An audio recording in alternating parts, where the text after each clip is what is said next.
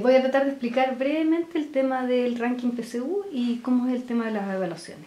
Hay que considerar que evaluar siempre es complejo porque quiere capturar lo aprendido de un alumno y esa evaluación va a permitir comparar y seleccionar después en base a esos resultados. Es por esto que se usa el mismo sistema de notas y en principio uno esperaría que de alguna manera todos son más o menos iguales, pero sabemos que los individuos son distintos y que las metodologías de enseñanza son distintas y eso va a marcar una diferencia en las evaluaciones. ¿Ya? Si todos fueran iguales no habría problema, pero es mucho más complejo.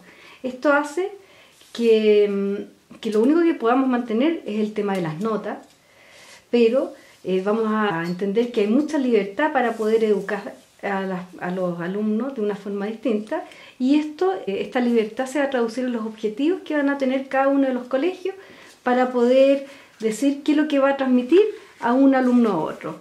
El colegio 1, por ejemplo, va a poder decir que va a ser un colegio de alto rendimiento para deportistas y asumiendo que el deporte es para la recreación, va a tener de alguna manera profesores distintos, metodologías distintas, exigencias distintas, evaluaciones distintas, contenidos distintos y horarios distintos. Y todo esto, ¿qué es lo que va a decir? Que tienen contextos educativos distintos. Estos contextos educativos se asume que una nota en un colegio o en otro colegio, a pesar de que puede ser la misma, va a indicar muchas cosas distintas. Entonces, el Ministerio de Educación, solucionando un poco este tema, ¿qué es lo que hace? Decide hacer dos pruebas transversales. Una es el CIMSE, que la aplica en cuarto básico y después en sexto y en octavo básico, algunos años. Y esto busca dos objetivos que son los que siempre está buscando el Ministerio. Asegurar la calidad, que hay ciertos contenidos básicos, y por otro lado, asegurar la equidad para todos los alumnos. El CIMSE va generando el control y la PSU es lo que permite finalmente dar la posición para el próximo paso. La PSU ha tenido que de alguna manera ha sido el mayor problema y por esto hizo una nueva medición que es el puntaje ranking de nota. El puntaje ranking de nota lo que trata de hacer es decir que independiente de los contextos donde están los alumnos, lo que le va a importar ahora es decir quién en el ranking de su contexto ha sido el mejor. Esto supone de que a la base el que ha sido mejor en su contexto igualmente va a ser un buen alumno. Y con esto va a favorecer a los buenos alumnos. Lo que hace es que aquí da el puntaje de PSU y sabemos que las notas están en relación al puntaje PSU. Van subiendo las notas, va subiendo la PSU. Pero lo que hace es que donde está el promedio de ese contexto educativo, por ejemplo un 6, aquí el puntaje de PSU ya no es esta línea, sino que le va a empezar a dar bonificaciones. Y esta bonificación va a estar especialmente fuerte en los puntajes altos de notas de ese contexto educativo. Entonces ya no sigue esta línea, sino que empieza a torcer esta línea y donde se hacen las más diferencias en los puntajes altos de los alumnos.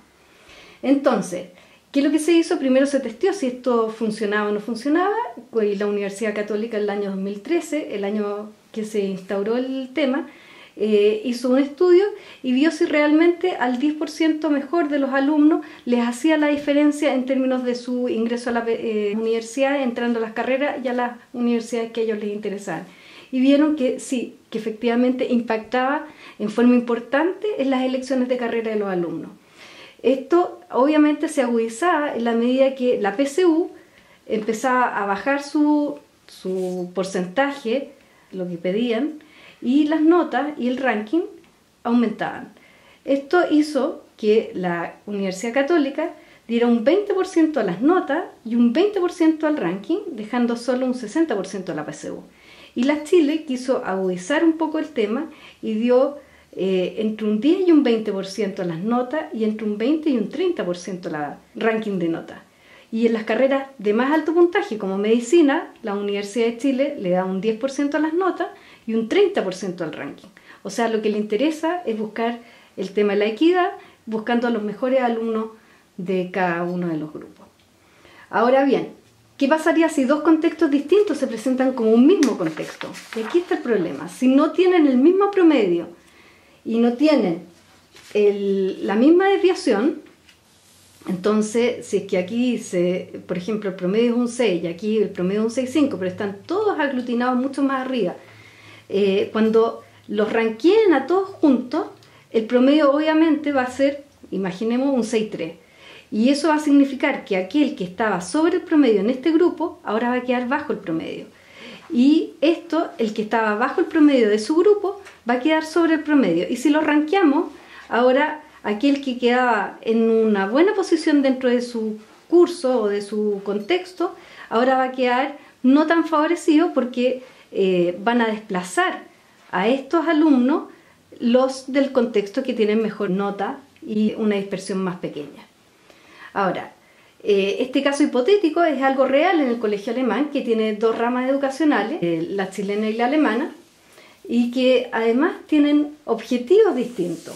Un objetivo para la rama chileno es la PSU y dar la licencia de educación media, como lo explicita en el colegio en su portal, y en cambio para la otra rama lo que le interesa es también dar la licencia de enseñanza media, permitir el ingreso a la PSU, pero le interesa el certificado que permite el estudio en Alemania, que es el Abiturprüfung. Entonces las distintas ramas tienen objetivos distintos y además tienen notas distintas que después la rama alemana las traspasa al sistema chileno, no usando los mismos porcentajes para asignarle un 4 a una nota o un 7. Y eso además convierte que la mayoría de este grupo tiene un promedio más elevado y una dispersión menor. Y ocurre lo que habíamos dicho, que genera que los buenos alumnos, que es donde trata de impactar el ranking no trata de impactar en todos los alumnos, sino que los buenos alumnos se quedan desplazados. Ahora, esto no sería un problema si es que no se metieran todos en el mismo grupo. De hecho, para los alumnos de la rama alemana, dado que tienen el objetivo que no va a la PSU, se le dan cierto resguardo y tienen convenios con las universidades, con varias universidades chilenas como la Mayor, la Santa María, la Adolfo, la del Desarrollo, la Diego Portales, la FINIL, la Católica Valparaíso, la Universidad Andes, la Gabriela Mistral, para poder darles otra opción que no sea la PSU.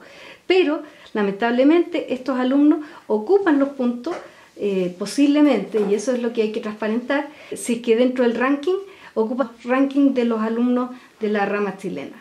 Y esto sería un problema porque no solo no están usando el factor de equidad, sino que además lo están distorsionando y favoreciendo a un grupo y perjudicando al grupo que además le interesa la PSU. Entonces, ¿cuál es la idea de esto? Es que se transparente los porcentajes de nota, cómo se ponen las notas y por último, eso daría lo mismo, pero si es que se viera que el promedio y la dispersión, como terminan los dos grupos, es la misma. Si no terminan lo mismo, lo que se pediría es que se deje de hacer una bolsa de gato aquí con todas las cosas mezcladas y se generen los dos contextos distintos, como está señalado, dado que la rama alemana obviamente tiene horarios, tiene todo distinto a la rama chilena. Lo que queremos es transparentar información, evaluar si es que las generaciones 2016 y 2017 han sido afectadas y por último generar un cambio si es que esto ha sido así.